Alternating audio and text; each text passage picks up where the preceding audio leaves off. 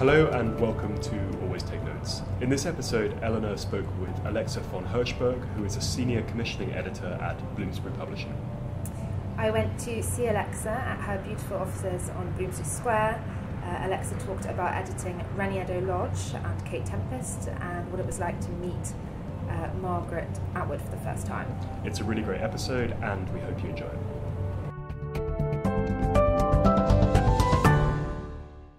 So I am here at Bloomsbury Publishing with the senior commissioning editor of Bloomsbury Publishing, Alexa von Hirschberg. Hello, Alexa. Hello. Thank you very much for talking to me today. So I think we'll start off with how you became, editorial assistant here in 2008. Can you tell me a little bit about how you got that job? And Sure.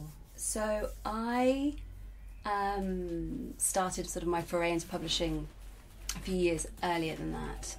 I was working in a pub after uni and in a bike shop, and I was doing an editorial and proofreading course at the London School of Publishing. And at the pub, I met somebody in publishing, and I got talking to him. who was this in particular? This was Patrick Jansen-Smith, Okay. who many people will know. Very brilliant editor, and at the time he was an agent, and he told me a little bit. What happened was he was reading a manuscript, and I knew that it was a manuscript because I was doing a course in editing. And at 6 o'clock we turned the lights down, and so I sort of brought him lots of candles and said, "Oh, well, you're going to need these candles if you're going to read," and struck up a conversation with him. And he gave me some advice, and his wife, Anne-Louise Fisher, who ran a scouting company, Anne-Louise Fisher Associates at the time, she's needing an intern for the London Book Fair. So that was my sort of way in a way. So how old are you at that time? 23. So you just graduated? Well, no, I graduated a few years before, but I'd worked in different things. I actually worked for Camilla Batman-Gellage at Kids Company for a few months, and I was trying things out. But it became clear to me that I wanted to be in the editorial industry, or I looked for jobs in journalism for a while. I applied for various jobs in publishing. I didn't really know anyone in London. I grew up in North Yorkshire and didn't really know anyone. So I kind of hadn't quite worked out the sort of intern. Didn't know anyone get me an internship. So I had to hang around pubs until I could find someone. So I did that for a bit, and then was lucky enough to get an internship with Anne-Louise Fisher, and then through Anne-Louise at the book fair. So it was at her company. Oh, I see. It's a scouting company. Oh, I see. Yeah. And I worked there as an intern with her and Catherine Eccles, who now runs that scouting company. And through that, it was an amazing insight actually into the industry. It was a really wonderful. I think often when people think about getting into publishing, they don't necessarily think about getting involved in scouting. And for people who don't know what that is, it's they are paid by foreign publishers to scout the UK book industry, and they provide a report every week on the hot books, and what's going on in the publishing scene. So it's a really wonderful overview. You get a sense of who everyone is, who the editors are, and obviously who the foreign publishers are as well, and what they want. So is that quite a good idea for young people wanting to go into publishing? Then it's to actually start as a scouting company. Well, I think it's a good thing to thinking back to that time, all I wanted was just a way in.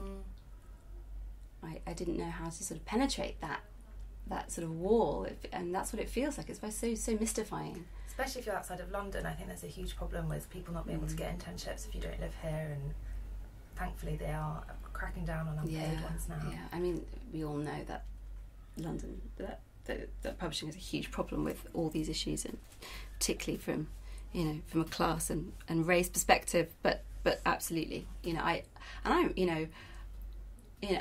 a very privileged person in lots of ways, and even I found it difficult. Yeah. So I can't imagine what it must be like for someone else. Do you find that I don't know if you do work experience or if you offer internships here at Bloomsbury, but do you find that it's often not very diverse in terms of the people that are applying?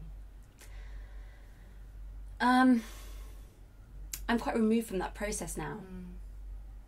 But yeah, looking around, it is. But we like everybody else in the industry are cracking down on that. It's very important to be questioning the decisions that we make and who we're bringing in.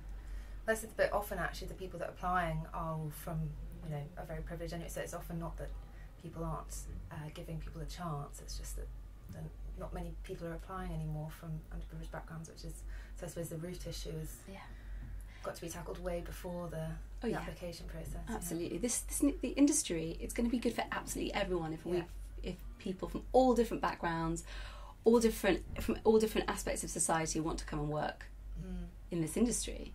We need to be getting the best talent, and the only way we're going to do that is by diversifying. How aware were you of publishing as an industry, as a career possibility for you when you were growing up at school, and then when you went on to King's? I had no idea. Really? I mean, I was interested in books. My mum was an English teacher. My stepdad was an English teacher, and so I'd look at look at the imprint page and sort of wonder. But I wasn't particularly aware of how it all worked. The breakthrough from that point of view came with, I had an aunt in New York who had worked in publishing as a in her early 20s. In fact, she worked for Doubleday for Kate Medina, Kate Medina is a very brilliant editor, still working in New York. She worked for her when she was in her early 20s and found it awful. Why did she find it awful? Oh, for all the reasons you can, I'm sure many people have talked to you about. It's particularly then, I think, there's very much the sort of Devil Wears Prada aspect of things, where you're the sort of slave. Absolutely. And so, but also on your CV, so you were a music promoter and festival curator as well before you joined Bloomsbury. Was there a career? And you went to Canongate as well. Yes, I didn't even talk about that. Yes, I went to Canongate. So from Anne Louise, I got a job at Canongate, which was an amazing first job. Yeah. It was the absolute dream first job, and in fact, at the time, I didn't really realise that they had a London office. It was based in Edinburgh. It's based out of Edinburgh. But Jamie Bing, who runs Canongate, was starting to set up a London office, which was at the time in his basement, and there were 6 of us in the basement in London, and it was the best, most exciting time because. What was your title there? I was what was my actual title? I think I was assistant to the publisher, so I was Jamie Bing's assistant. Great. So what were your day-to-day duties there? Oh God. I mean, if you've ever worked for a small company, well, it's a much bigger company now, but at the time, as I said, there was no real infrastructure. Yeah. We were in Jamie's basement, so I was sort of, I think I overhauled the IT systems at one point. Went to the post office a lot. Always the way. Was reading manuscripts, supporting Jamie administratively. There was a lot of paying of parking fines, and there's. I mean, it frying peppers for parties, washing up. I mean, all sorts of things. I was an assistant. I was the dog's body, but it was a wonderful environment because I heard every conversation that was happening. I mean, Gil Scott Heron used to call all the time because Jamie and he were very close, and they were publishing or wanted to publish his books and had published his books before, and so he'd call up and have a chat with me. I mean, what an amazing way to start the day. What was some of the best advice or the conversations that you eavesdropped at that? Anyone who has met Jamie or knows Jamie knows that he is an extraordinary publisher. I overheard him talk to agents. I overheard him offer for books. He'd often speak on loudspeaker, which was irritating when you're trying to get work done, but actually incredibly useful. So all sorts of things. And also I was very near to, at the time, Polly Collingwood, who was running the rights department. And so I'd hear her have conversations with foreign publishers and scouts, and talk to people about. So it's a very complex sort of industry with lots of different, very intimate relationships happening on all sorts of levels. And so when you're in the thick of it, you learn a huge amount. And how many years were you there? I was there for, I think, 18 months. Okay. So not very long.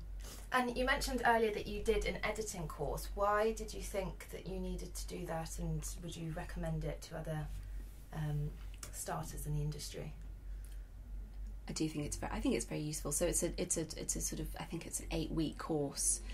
What was the name of the course? It was editing and proofreading. Okay. For publishing. I can't remember exactly the title, but and where was it? The London School of Publishing. Okay. Yeah. And it gives you a very brief introduction to all sorts of aspects of the editing process. So from looking at a manuscript, for how you mark up a manuscript, so the proofreading, copy editing marks that you make on the page. So useful practical skills, but also how a legal read works. So it gives you very basic info, and I think knowledge is always useful. There's never a time when you regret learning, an aspect of the industry that you wish to become a part of. That's always going to be useful. Was it an expensive? You had to pay for the course? I did. Yeah. It was expensive. But I was working. I was working in a bike shop and in a pub, and I'd saved a bit of money from when I worked at Kids Company. So I managed to pay for that, and it was useful. I suppose it's only 8 weeks, so it doesn't Exactly. take too long. So, and is that something? I don't know how involved you are with the hiring process at Bloomsbury now, but do you ever look for particular qualifications when you're hiring, such as editing skills like that? I would say it would be the fact that someone's taken the initiative to educate themselves would be a factor. But it's not the only factor. I mean, when you're looking for somebody, you look for all sorts of different things. But I do think that somebody who in general who's taken an initiative to put themselves through a course is great. Or people who set up a podcast, or people who engage. I think what we're all looking for is people who are engaged. Have a Goodreads profile and. To be honest, Goodreads. I'm a bit. I mean, I've got a profile, but I don't use it all that often. But no, I used it twice, and then. But some people do really put every week their new book, and it's amazing that they have the time. And you studied English at King's, but do you, when you're looking at new people to start here, would you say a degree was essential, especially a literature degree, to sort of? I think a degree now would be essential, although it would depend on the candidate and the role. In terms of what the degree is, no, I don't think literature is essential. Okay. Not necessarily. I think there are a few people here who did languages, who did history.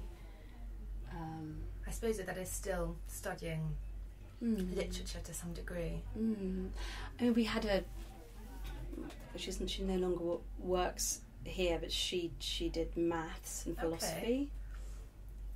So I think it's very, very much a sort of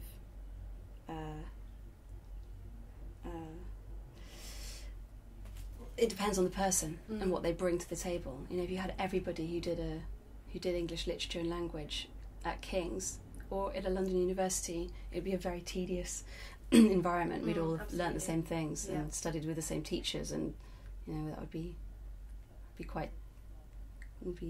all the poorer for that sort of streamlined approach. So Alexa, tell me a little bit more about your job as editorial assistant at Bloomsbury. So how old were you when you got that job?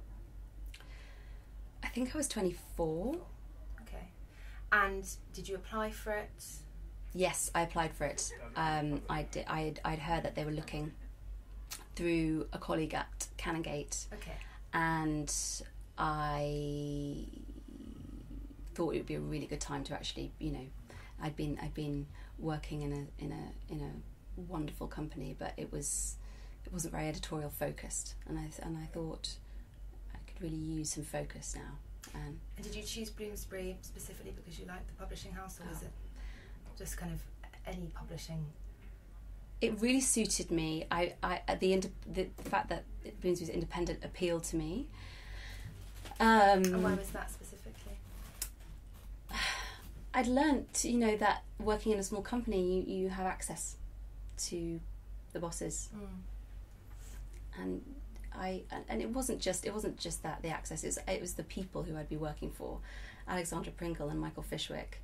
I was working for both of them when I started, and both in their fields was sort of brilliant editors and publishers. And I thought, gosh, this could be a really useful learning experience for me. And also, I didn't really know that much about the industry at the time. I knew about the corporates and the certain various imprints, and I was starting to learn that, but I hadn't fully kind of understood the depth and complexity of the industry. So I don't know if I was best placed to really make a choice. I think these jobs come up. They come up more often now, but at the time they weren't coming up very often. So I just jumped at it. Where's the best place to find them now? The Bookseller. There are various places. There's what is it called? Creative Start. Is it Creative Start? The website. All the publishers' websites, they'll have job opportunities. But also, I think Twitter's a really great place. Yeah. If you follow lots of publishers on Twitter, often they'll post jobs, and so you can if you pay close attention there. And is this sort of a Twitter account aggregates all the different jobs? I know there is for journalism. Yeah. There's jobs in publishing. Oh, okay. Yeah. And the bookseller jobs too. Yeah. Those are really good ones. So tell me a little bit about your duties as an editorial assistant, and where were you in the pecking order at that point? Oh, I was the lowest of the low. Yeah, I was. Were there interns? We didn't have interns so much then. Oh. Maybe one or two. There was 4 assistants working with the editors. And all of us, I think, each assistant had 2 editors. I was working with Michael Fishwick, who's non-fiction, Willie Dalrymple and Ben McIntyre, and Alexandra Pringle, Richard Ford, and Colum McCann. So Margaret Atwood. So it was a really exciting range. I think that's what really appealed to me about the job, because it was a really classy non-fiction and incredibly classy fiction. I thought this would be exciting. Were you interested more in fiction or non-fiction at that point, or anything? I was sort of interested in everything and anything. I'd studied a lot of fiction for the prior 3 years, so I was more interested in fiction. But it was great to do both. I think at that stage in your career, you're just hungry. You're hungry for anything, and you want to learn, and you want to learn from the best, and you want to you see how all these different things, all different aspects of the industry operates. There's so much to learn when you first start. Did you ever make any huge mistakes? There are typos that happened on jackets that were my responsibility, so that was a shame. I booked some flights that were for the wrong date. There were lots of kind of admin assistant errors that happened. Nothing devastating. Still, though, it's crushing in your first year in your new job. We've all been there. Yeah. Okay, and so then you had this sort of astonishing string of promotions in, I think it was 7 years. You went from assistant editor to from editorial assistant to assistant editor to commissioning editor, senior commissioning editor. Is that unusual to progress so quickly? Well, I'm now 35, so I don't know if it's quick. Actually, I think it's probably happened at about the right speed. Okay. But I think it is unusual for it to happen within a company. I think that is unusual from what I've witnessed. So I've been at Bloomsbury, for 10.5 years now. Are you one of the longest running Bloomsbury editors at the moment, or? I am. Michael and Alexandra are still here. Richard Atkinson. So there are people who've still been here longer. But, you know, people are leaving all the time, so it just, you know, the old guard are kind of falling away, but that does happen, and it's natural and it's good. Did you consider moving elsewhere and doing, you know, moving up elsewhere and coming back? Why did you decide to stay? That's a good question. I think you have to just judge it for yourself. For me, there were opportunities to move, and I had conversations, but nothing felt right for me at the time. I've been really lucky to work with people who have championed me and had faith in me, and that's a really incredible gift to give to someone. And I suppose people generally move because they're not getting the promotion they want in-house. So I suppose if you were, then exactly, that's it. Yeah. I think I was. I keep saying I always think I was so lucky, but actually I've got to stop doing that because women do that all the time. I know, I have to stop myself as well. I worked really hard and I kicked ass, and so I got the promotion I deserved. And were the promotions that were, you know, someone above you had left, or did they create the role for you? Or so the first time when I first started commissioning, they sort of created the role for me. I'd created a couple of books, sort of out of nowhere, and they'd done all right, and I think they knew that would be a good thing for me to do, and there was no one really buying kind of younger voices. There was a need and a hunger for kind of, you know, more dynamic writers and people from different backgrounds, and it was, you know, so I stepped into that role while I was being a managing editor, so while I was looking after Alexandra Pringles. Yeah, the interesting thing that for me is that for me it's happened quite organically, and actually I forget the different role titles that I've had, because I was essentially an assistant working for two people, then an assistant just working for Alexandra Pringle.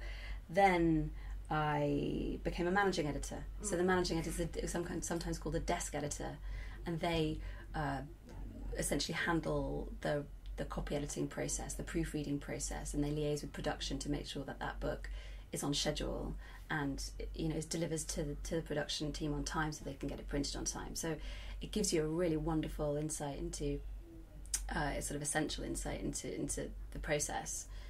But at the time I was doing that managing editing process, I was also building my own list.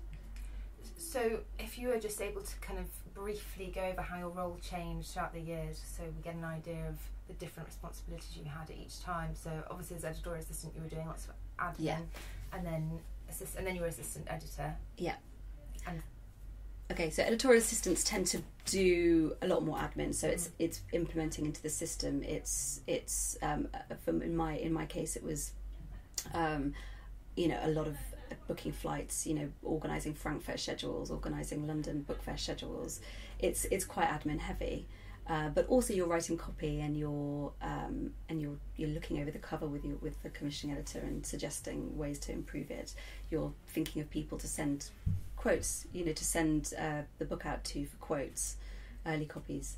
So do you work with an editorial assistant at the moment? I do. Yeah, I think it's really important to have somebody to bounce ideas off, and the assistants are brilliant, and they bring a completely different perspective to what you're doing. You can sometimes get stuck in your ways, so it's good to shake things up a bit. And so then from then on, how did everything change in terms of what you were doing? So then when I became an assistant editor, there was somebody else who was doing the more administrative side, so I was free to think a lot more about the actual publishing process, so liaising with sales and marketing and publicity, and becoming a champion for those books, sort of on behalf of my bosses who weren't always able to do that. And also I was doing more editing, so more hands-on editing, doing my own notes for authors, and you know, being that person who the author comes to because they know that, you know, the big bosses might be busy or in meetings or doing whatever they were doing. Do you remember meeting some of your favourite authors at that point? When did you first meet? Did you meet Margaret Atwood? I have met Margaret Atwood. I couldn't talk to her. Really? Also, I also wrote some copy for one of her books, which she tore into with ferocious insight. What did she say? Oh, she just said, "This is appalling and on every level." To your face? No, not to my face. Right. No. We like to hide behind emails, you know. Yeah. Although I'm sure she would have said it to my face had she been there. It was gutting, but she was right. It was terrible copy. What book was this for? It was for the Year of the Flood. Right. The Oryx and Crake trilogy. Why was it so terrible? It didn't mention the main characters. Right, that is a yeah. I think I was trying to be too clever. Yes, you didn't want to point out the obvious to Margaret Atwood. I think there is a tendency, especially with authors that you revere, that you try and overthink it. And actually, the function of good jacket copy is really simply to explain what the book is in a way that it communicates what that book is trying to say, and it's not an opportunity for you to dazzle with your electrifying sentences. How did you redeem yourself from this awful moment?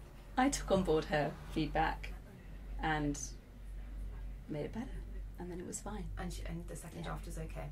Yeah. And you met her after that? I can't really remember. My involvement with her has been very much from a, it's I don't sort of get involved with her in that very personal way. So I'd see her at an event and I'd go up and say hello, or avoid her because I'm too scared of whatever it might be.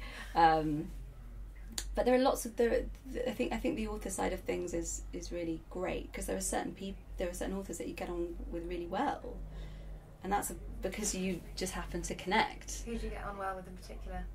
Oh, I'd like to think that I get on well with at the time I like to think I got on well with all of them. Yeah. My authors, I like to think I got on with very well because we're working hard together. And so who are you working with at the moment? Well, I work with Kate Tempest. Great. So I publish her fiction, and I just met her to talk through her second novel. Her first, The Bricks That Built the Houses, did really well. I was incredibly impressed with what she did. Melissa Harrison, who I just think is one of the finest writers in Britain right now. We've just published her latest novel, All Among the Barley, and her previous book, Hawthorne Time, was shortlisted for the Costa and longlisted for the Baileys, and so I'm very much hoping for more prize nods with this exceptional book. Reni Eddo-Lodge on the non-fiction side. Gosh, a very exciting time to work with her in particular. Her book was amazing. Well, I'm no longer talking to white people about race. Did you predict the impact that would have? I don't think you can predict that kind of level of it. I definitely thought this is somebody who could lead the charge, and when she came to see me, I said, "Why are you writing this?" And she said, "I want to be able to give people a book that just explains what all the things I'm feeling. So then, once they've read it, then we can have a conversation. There's so much that we don't understand." I thought, God, yeah, we could all do with a handbook, and so I thought this actually has a function. I think a lot of people are too scared to just say they don't understand when it comes to race, or too scared to ask people of colour to explain something to them. And I think that is good in breaking down the barriers and also not blaming people for not knowing, as long as they're willing to learn and understand. It was very interesting that when I circulated the proposal in the editorial meeting, it was a completely silent meeting, in that normally our editorial meetings, the way it works is that the editors circulate a proposal, and the people who attend the meetings are representatives from sales and marketing and publicity and rights and fellow editors, and we get together and we discuss the merits or not of that proposal. And normally it's quite feisty, the marketing team say, "How am I going to market this?" And the editors say, "God, this is a work of genius, can't you see that?" And then, we have a big debate. But with this one, I said, "Okay, so let's talk about this." And there was just silence. Do you think people are too scared to engage? I think it was that moment where it was profound. I think this is profound. This is a profound. What she's saying is important, and I think there was an element of being ashamed, because we look around the room. Was everyone white? 98% of the people were white. And I suppose I don't know how in that meeting are people normally quite vocal about what they dislike or they think should change? Yeah. So was it also a sense that they just didn't feel that they had any credentials with which to comment on such a book? I think that was a part of it. Yeah. But most actually, once the conversation got going, everyone said, "This is a voice we need." Yeah. It was a universal. We have to do this. But I think as an editor, I look for those points of tension. I remember when Alexandra brought Battle Hymn of the Tiger Mother by Amy Chua to the table, which is a really brilliant memoir about raising your children, what you call the sort of Chinese parenting style. But I think it's really about immigration, being an immigrant, it's quite a bold. It's very bold, and the way that she talks about raising kids, and you have to get an A, and all the medals have to be gold, and there's no room for being inferior or getting B's, and really there was a huge argument, and we talked about it for ages, and then Alexandra said, well, this is obviously, if this is doing that to us, what could it do in the wider world? So I think you're always looking for those ideas that really challenge people. And with Reni Eddo-Lodge's book, so I know she wrote some chapters as a blog first, and then she made it into a book. Were you aware of the blog? How did that relationship start with her? She had written a blog which I had not read, but had gone viral. Yeah. And her agent at the time, Rupert Heath, had seen the blog and asked her to put together a proposal, and it was called. Were you aware of her name at that point? No, I wasn't. But she'd done Radio 4, and she'd done Sky Art, Sky News. So she was very, very much at the sort of beginning stages of her career, although she'd worked in journalism for quite a long time. And I first heard of her when I got the proposal. What did you think of the proposal?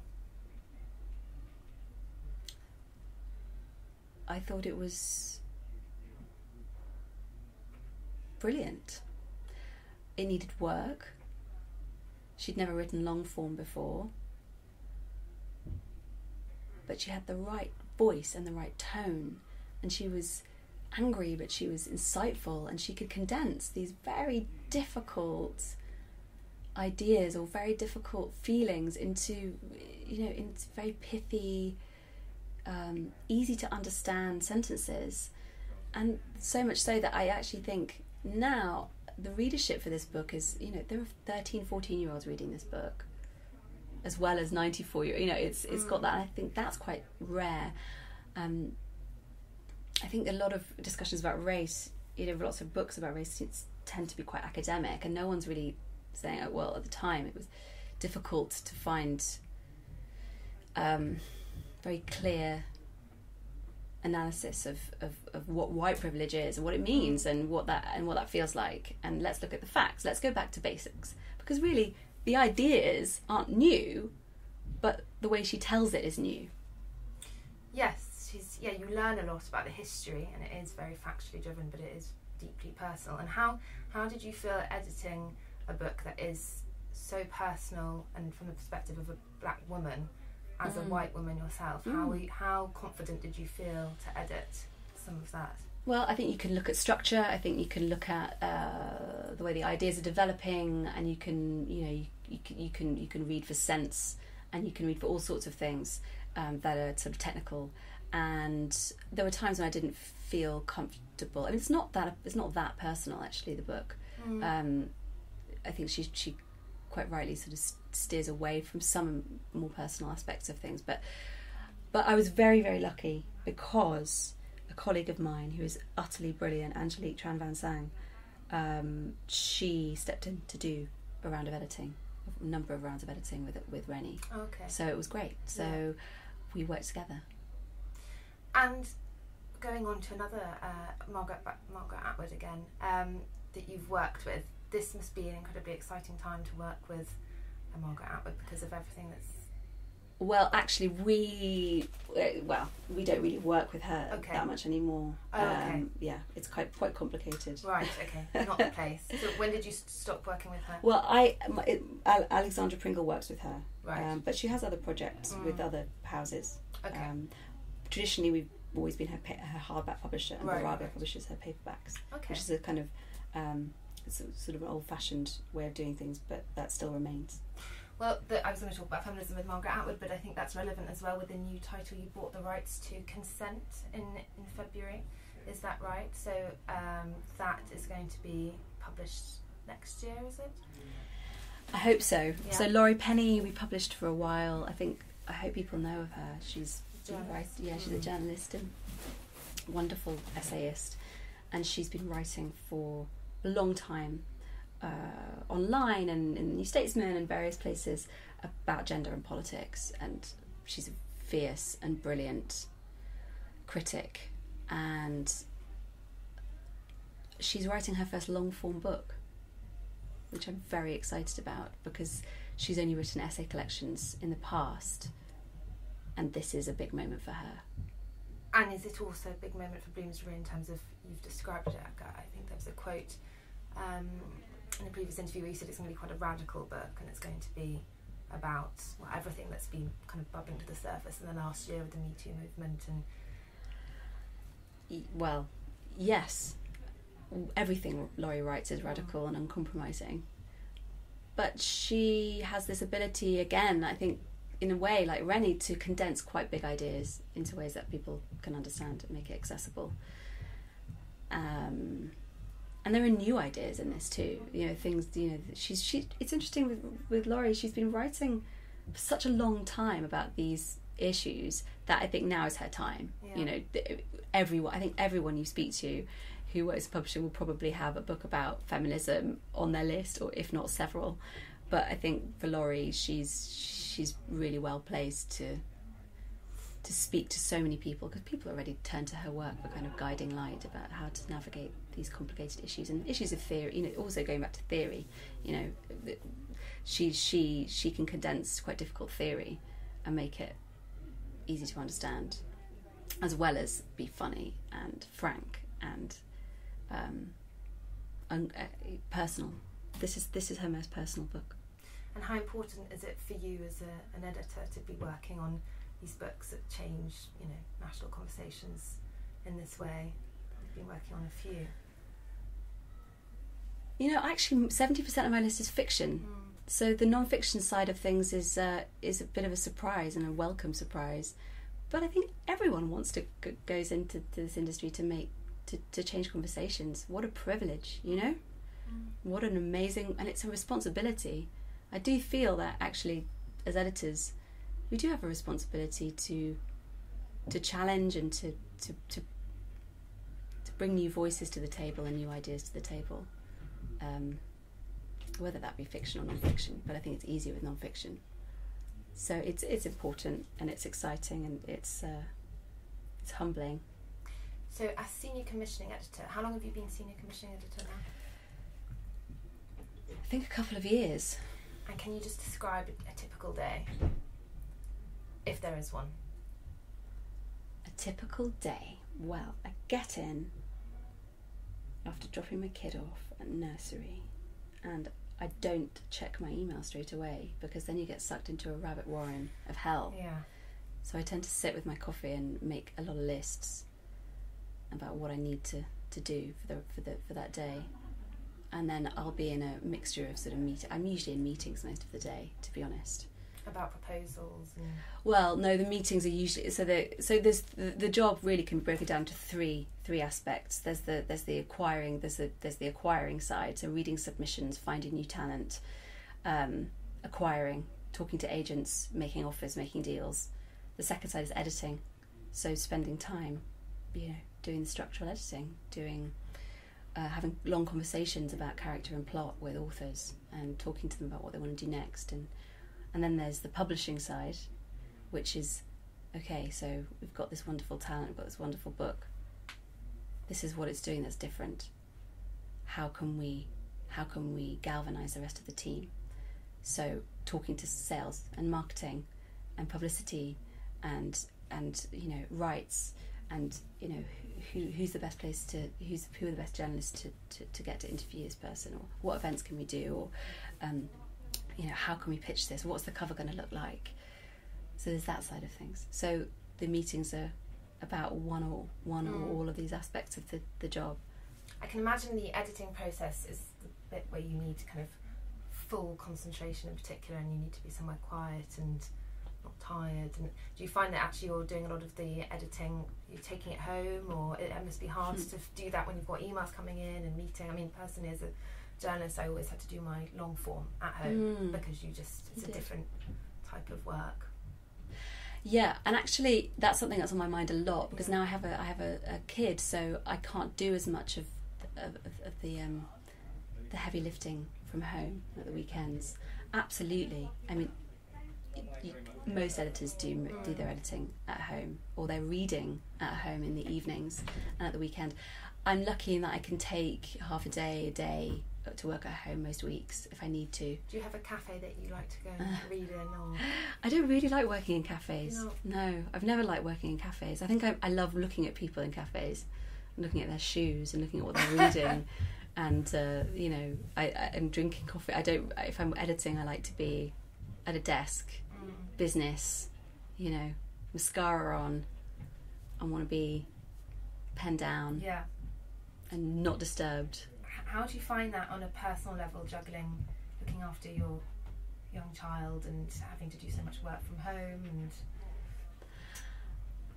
you have to become tough on yourself, and you have to. I think you have to become a lot more focused. But also, I do think in general that editing isn't respected, in that it takes an enormous amount of time and energy, but you are expected to do that outside of office hours, and I don't think that's acceptable. Really? I suppose they see it as, it's something you love doing, and so... Well, it's a craft and it's a skill, and it's something I've worked a lot of years to get good at, and so I think it needs to be respected. So, if I was a freelancer, I'd get paid a lot of money for doing that editorial work. So it's worth something. It has value, and therefore, one needs to create time for it and space for it. And so sometimes you have to have difficult conversations and say, well, I need to edit this book. It's important, obviously. So I can't attend that meeting today. So you just have to look at your schedule and make sure that everything you're doing is there for a reason, and not just because it's convention or because. So you do have to make some tough decisions. But it's quite liberating. Well, it's reassuring. It's good. You must be a very good boss, because you must be able to respect people that work for you and their time and their personal time as well. And also, I must add that we are in a busy publishing house, and there's lots of noises and meetings going on outside. So sorry for all the noise. Oh, so I don't even notice it. But I'm you're so hyper aware. Yeah, we are. There's people outside the door. Lovely. Yeah, it feels very fun and lively. It is. Yeah. It is fun and lively. What I love about working here is it's always felt like a family. Yeah. We argue and it feels like a house. Your office actually feels like it could be a room in a house. Yeah, exactly. I do think that's a really important thing. Yeah. There are so many publishing houses that are open plan and very corporate, and that's fine. And I've actually never worked in that environment, so I can't really say. But I hear from other editors that it's quite difficult to get things done, particularly editing. But here, it's a beautiful townhouse on a square. It feels very publishing, and it does feel like a house. Are you allowed in the beautiful gardens in the middle? Oh, do you know what? There's one key for the entire company that you can get, but we can go in. It's just whether you can negotiate the key. Maybe it should be like your office crying room, we can go in and take your time out. The crying room. I have to say, that makes me think of when I first started as an editorial assistant here, when I just was crying in the loos all the time because it was too That's intense. What upsets me about unisex toilets, is that you do need that crying cubicle. Maybe they should, in corporate spaces, they should have a crying room. Well, they do. A lot of companies do have crying rooms or pods that you go in. Yeah. Oh my God. Take time out. Well, anyway, back to what you were saying about your personal life. As I mentioned earlier, one thing we always talk about on the podcast is making ends meet and the financial difficulties of the creative industries. How has it been for you supporting a family and working in publishing, which we know isn't particularly well paid? Well, it's always a difficult thing. I'm really lucky in that my husband is a musician and a composer, and so he's freelance and is around. Right. So he takes a lot of the heavy lifting in the childcare. Did he take paternity? Well, I suppose he didn't take paternity because he was freelance. No, I mean he just didn't work for quite a long time. But that's been amazing. That's been essential, really. I do think it's hard for mums, of which there are many, because it's not just, it's not a 9-to-5 job. You're going to events in the evening, you're going to festivals in the weekends, and you're reading, and it's difficult to really commit yourself to the job and commit yourself to your family. And that's something that you could have a whole series of podcasts about. I'm sure there are a series of podcasts about it. But it's hard, and but I'm paid pretty well for what I do. In the scheme of things, right now, there have been times. I mean, when I was working at Canongate, for example, I was still working in the pub. So my typical day when I was working at Canongate would be get to work at 9, leave at 5:30, be at the pub at 6, and I was working at the pub 6 till 12, and then I'd probably go into Soho and get a bit drunk. And I had to, because I wasn't earning enough to pay my rent, and I didn't have anyone to pay my rent for me, or I didn't have someone to stay with. So I was doing 2 jobs for a bit, which is actually one of the reasons why I moved to Bloomsbury, because the pay was a bit better. God, that sounds exhausting. It's funny, isn't it? Because I think back now and I think, how on earth did I do that? I was nuts. Then I go to Soho and get drunk afterwards. Millennials just aren't the same. There's no way I could ever have done that. But I mean, it's that. Yeah, I think it's still an issue now, where people do from certain backgrounds have to have these 2 jobs. It's.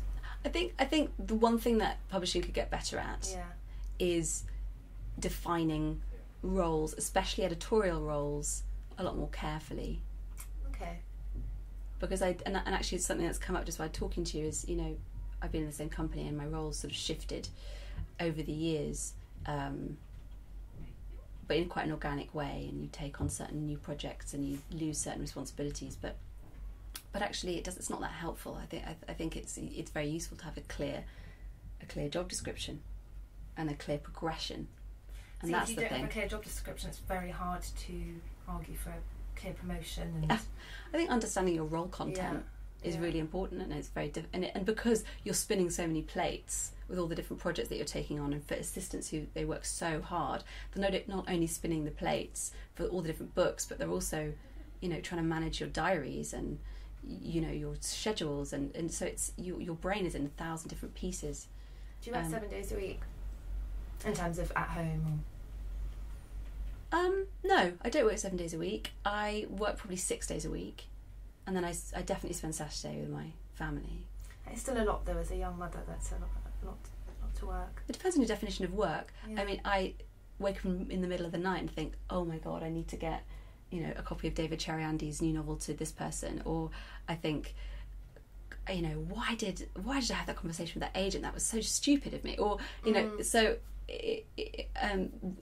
So that is work in a way, but often I'll get up early and read a proposal on a Sunday, or but that is the job, unfortunately. How many proposals and manuscripts are you reading daily? Obviously not entire manuscripts, but yeah, I actually it varies, but I'd say on average I get about 7 to 10 submissions a week, and they could be fiction or non-fiction. Non-fiction's a little easier because they're proposals, and you also if someone said, oh, here's a book by a young feminist writing about consent, I'd say, well, actually, I'm publishing that, so I don't want to compete with myself, so right. I'll turn it down. So it's easier. With fiction, it's a little harder because I feel like I have to read a lot more of the work and engage with that voice a bit more, and so I'm hopelessly behind on my fiction submissions. And I suppose you can get wrapped up in a fiction manuscript in a way, in that you can't put it down in a way that maybe you don't get so much with non-fiction. Yeah, possibly. I think after about, I don't know, 50 pages, you should really be able to tell. I mean, some editors say they know from the first sentence or the first paragraph. I mean, maybe I'll develop. That's a scary thought. I'll develop that. Yeah. But you just have to remember. I think one of the things that you've got to remember is that it's you have to love it. You have to believe in that author, and you have to want to shout about that author to everyone you meet. And if you're not feeling that, then you're not the right editor for that person. You're not the right champion for that person. And so, give yourself a break. If you turn down Eleanor Oliphant, which I did, then love that book. Yeah, well, it wasn't for me. Really? It just wasn't for me. So yeah, some people really don't get into it. And terrible business decision, but it's that kind of business. Yeah, that's been in the top charts for ages. Oh yeah, okay, rub it in. Sorry. I'm sorry.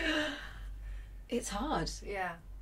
But I do think, actually, one of the things that Alexandra Pringle has always said is, is that you, particularly for fiction, if you're publishing into a market, you can do that for certain things. You absolutely, I think you can, but you'd have to speak to somebody who works in genre publishing, fiction genre publishing, to get some insight into it. But you often find yourself treading, if you're publishing to make money, then you're in the wrong game.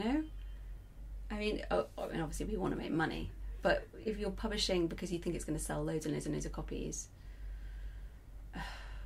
and it's that's only part of it as well, I suppose. It's messy, it's unpredictable, it's difficult. You never know what's going to work. You can hope, and you can hope.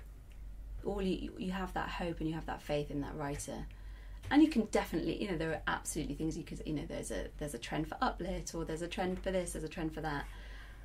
But ultimately, what I want to do, and I think what makes what makes publishing exciting, is publishing outside of finding your own trend. Finding something that slips in between those genres, that is doing something different. How much do you see Bloomsbury as a brand in which every title feeds into, and you have to be consistent? As you said with the Eleanor Oliphant book, it wasn't for you. Were you thinking in terms of just personal taste, or it didn't fit the whole brand that you're cultivating? Well, that's a really good question, and I think what Bloomsbury represents ultimately is quality, and that can mean anything. It doesn't. I mean, I absolutely don't believe that more commercial books are not quality. I think that's rubbish, and we are going to be doing more commercial books in the future for sure. And we have a wonderful new imprint, Raven Books, which publishes absolutely astonishingly brilliant crime, thriller, and suspense. So but I think for you have to, if you're working in literary fiction, you need to love it. You need to love that voice. And I at the time when actually that book came around, there weren't that many editors here.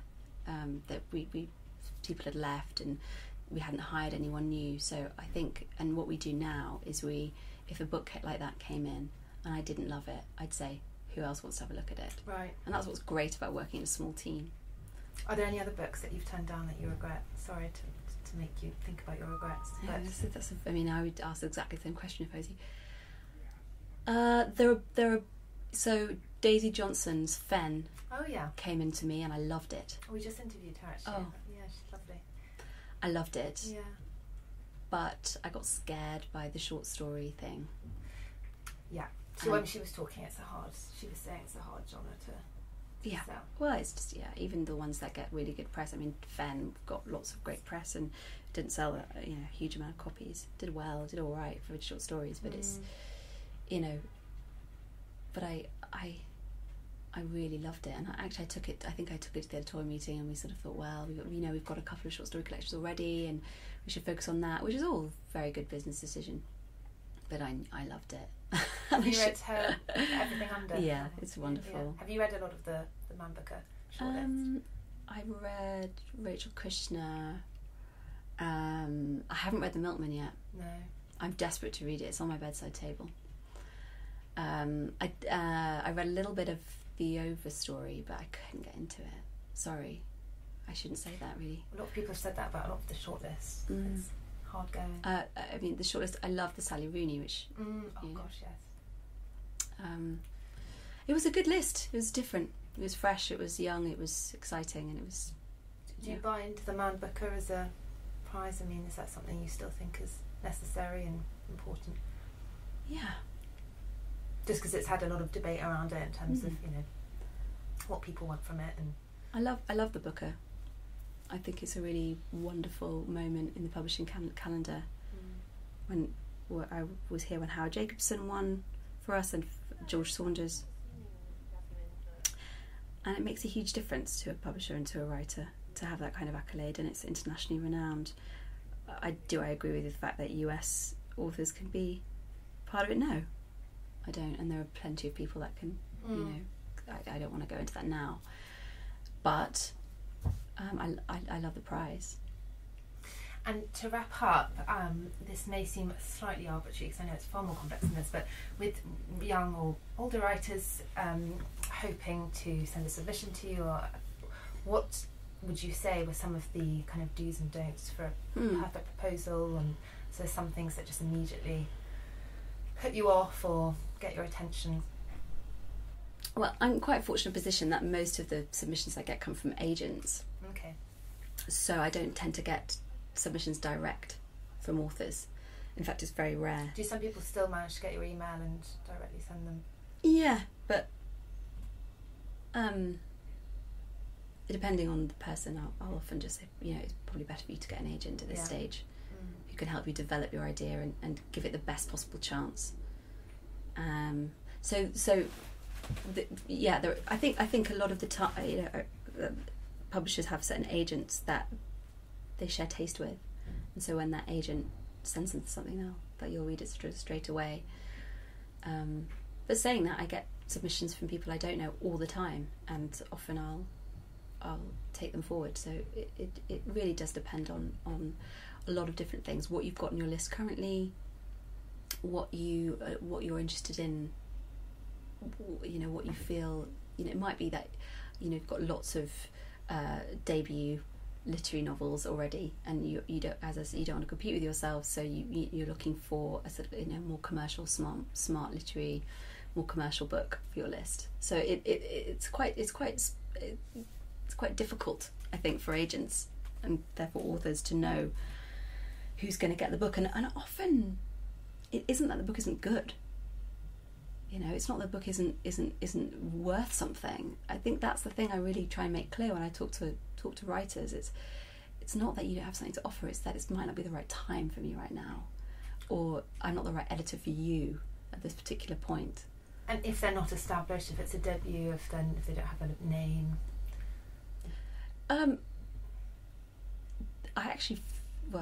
I know that it's easier in some ways to launch a debut. Okay. Because if this is the new shiny thing, the follow-up is always hardest. The follow-up's harder. You're right. And I another thing I very much value about being here is that we've, you know, from the top, there's always been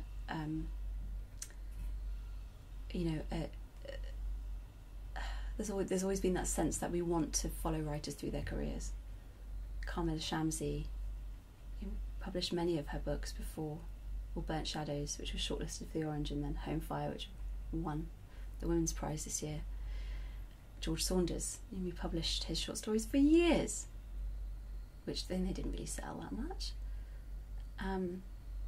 There's plenty of examples I can give you. David Park, Northern Irish writer, who is now for the 4th time on the Irish Book of the Year shortlist. He's an amazing writer, and I think that, I mean, I think that's the case with Anna Burns, from what I remember hearing from Louisa Joyner and Faber.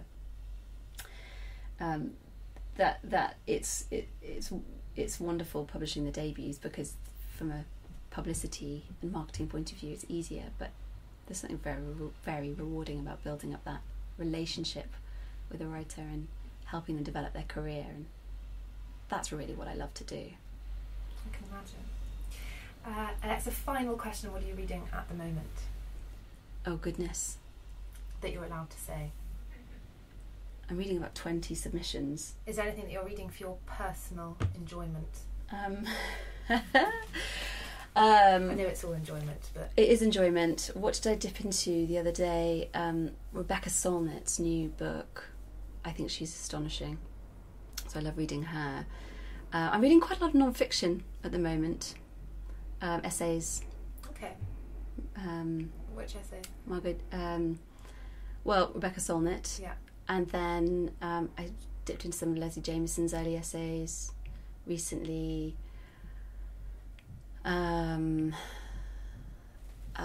It's not really an essay, but I loved the book about Michael Jackson. The author's name is escaping me now. She's brilliant. Oh my god. I can't remember her name. American writer. Okay. I can't help you there either. But yeah, there's lots of different things that I dip into. I was reading some of Don Patterson's poetry the other day. I think that what we're getting here is that anything that I can read very quickly. Yeah. Poems and short essays, and I love a podcast at the moment as well. So I do a lot of that. What are you listening to at the moment, other than Always Take Notes, of course? Obviously, Always Take Notes. Dear Sugars, do you know that podcast? The New York, is it the New York Times sex podcast? It's not sex. It's not sex. It's on my library and I've never listened to it. Is it New York Times? It's for this. What do they say? For the lost, lonely, and heartsick. Ah, it's wonderful. It's Cheryl Strayed and Steve Armand, and it's Americans being incredibly emotionally articulate about all sorts of things, from motherhood to sex to loneliness to all sorts of things. But they're wonderful. They're really wonderful. 45-minute little snippets. They have Oprah on it. They had Hillary Clinton on. Esther Perel was on, who being utterly amazing. So I'd recommend that. I think that's wonderful. But there's a lot, there's so many brilliant podcasts out there. Yes, yeah. It's become another form of cultural homework that we all have to sift through. That's true. Yeah. Well, Alexa, thank you very much for having me in your charming office at Bloomsbury Publishing. It's been a pleasure. It's a pleasure, thank you. So, Simon, what did you think of my conversation with Alexa? I thought it was really good. I listened to it while I was striding through Spain. More of that in a moment. I thought always interesting to hear book editors and their different experiences. I mean, clearly she's been involved in this huge hit with the Reni Eddo-Lodge book, and also had an interesting take on her kind of beginnings and how it started with a conversation in a pub, right? Yeah. With a guy in publishing, and you touched as well on how her rise to power was pretty rapid. That within 7 years or so, she went from being a self-described dog's body to having this big job. Yeah. So again, I think a really interesting number of business cards must be extreme. Formidable. Yeah, formidable. Like 8 different titles. Yeah, I thought it was really interesting, her perspective as a white woman editing a black woman. Especially in this kind of PC world, which is also a good thing.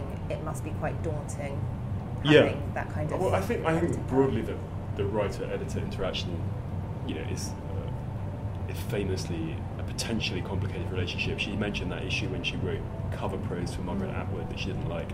But again, I think a very interesting insight into another corner of the literary world. Anyway, what have you been up to since the last episode? So I have started my role as commissioning editor at The Telegraph. This is my 3rd week, which has been great. You kind of feel within a month that you've been working here forever. I think culture journalists are always very good at putting you at ease.